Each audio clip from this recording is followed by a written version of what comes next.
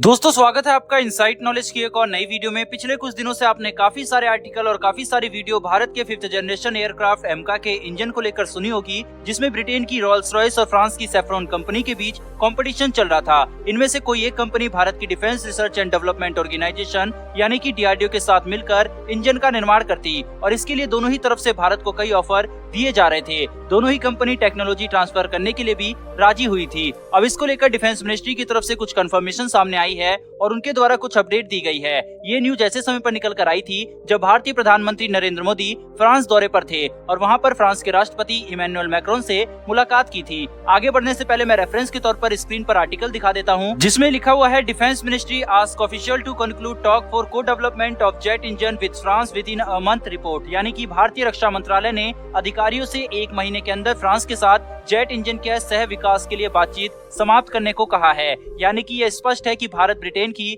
Rolls Royce की जगह France के साथ मिलकर एमका के इंजन का निर्माण करने जा रही है। मैंने पहले भी कहा था कि इसको लेकर अभी तक सिर्फ अनुमान ही लगाए जा रहे थे और ये डील साइन नहीं हुई थी, लेकिन जिस तरह से डिफेंस मिनिस्ट्री की तरफ से 1 महीने के अंदर बातचीत समाप्त करने के लिए कहा गया है, तो ऐसे में पूरी उम्मीद है कि अगले महीने तक इसको लेकर डील भारत और फ्रांस के बीच साइन हो जाएगी। इकोनॉमिक टाइम्स की रिपोर्ट के अनुसार मंत्रालय के अधिकारियों से कहा है कि बातचीत 1 महीने के भीतर समाप्त हो जानी चाहिए, क्योंकि मामला कुछ समय के लिए लटका हुआ है। इसको लेकर दोनों ही देशों की तरफ से नेगोशिएशन जारी है। वहीं पर कुछ कंडीशन फ्रांस द्वारा लगाई गई थी, जिसकी वजह से इसमें कुछ देरी का सामना करना पड़ा था। भारत को अपने आधुनिक लड़ाकू विमान एमका के आगामी वर्ग के लिए 110 किलो न्यूटन थ्रस्ट जनरेट करने वाले इंजनों की आवश्यकता है। पिछले साल दिसंबर में फ्रांस की डिफेंस मिनिस्टर फ्लोरेंस पार्ले के साथ बातचीत के बाद रक्षा मंत्री राजनाथ सिंह जी ने कहा था कि फ्रांस रणनीतिक साझेदारी मॉडल के तहत भारत में एक सैन्य इंजन बनाने पर सहमत हुआ है। इस विशेष परियोजना के लिए राफेल लड़ाकू जेट सौदे से 3.5 बिलियन यूरो ऑफसेट के हिस्से का लाभ उठाने के लिए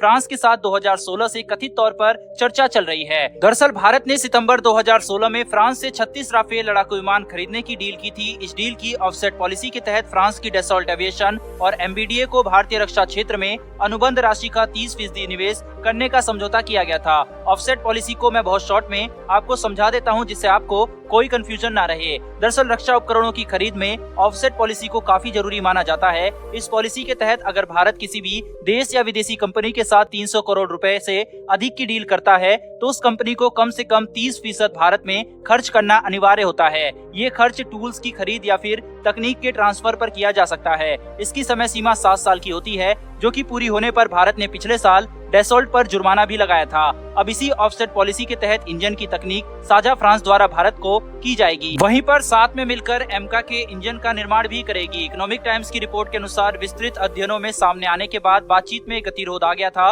कि ऑफसेट का एक हिस्सा सिर्फ 250 मिलियन यूरो से अधिक परियोजना के लिए उपयोग किया जा सकता है, जबकि बचे हुए 500 मिलियन यूरो सरकार द्वारा जुटाए जाने हैं। अब लागत कम करके परियोजना को आगे ले जाने का रास्ता खोजने का प्रयास किया जा रहा है। जल्द ही भारत में अब सेफ्रॉन कंपनी DRDO के साथ मिलकर जॉइंटली इंजनों का निर्माण करेगी। वहीं पर कल भारतीय प्रधानमंत्री नरेंद्र मोदी कुछ समय के लिए फ्रांस में रुके थे, जहां उन्होंने नवनिर्वाचित राष्ट्रपति मैक्रोन को दोबारा जीत की बधाई दी। इस दौरान दोनों देशों के बीच रक्षा, अंतरिक्ष समेत कई द्विपक्षीय मुद्दों पर चर्चा हुई। प्रधानमंत्री मोदी 3 दिनों की यूरोप यात्रा के बाद दिल्ली आ गए। इस दौरान पीएम मोदी ने जर्मनी, डेनमार्क और फ्रांस की यात्रा की। 3 दिनों में राष्ट्र प्रमुखों से मुलाकात और अन्य उच्च स्तरीय बैठकों के अलावा पीएम मोदी ने कई अहम समझौते पर हस्ताक्षर भी किए। साथ ही वे इन देशों में बसे भारतीयों से रूबरू भी हुए। हिंदुस्तान की रिपोर्ट के अनुसार इन 3 दिनों में करीब 18 समझौतों पर मोहर लगी है। जर्मनी, डेनमार्क और नॉर्डिक समिट पर मैं ऑलरेडी वीडियो बना चुका हूँ। वहीं फ्रांस की बात करें तो यह दौरा ऐतिहासिक था, क्योंकि भारत फ्रांस रिश्तों के 70 साल पूरे होने और रणनीतिक भागीदारी के 24 साल पूरे होने पर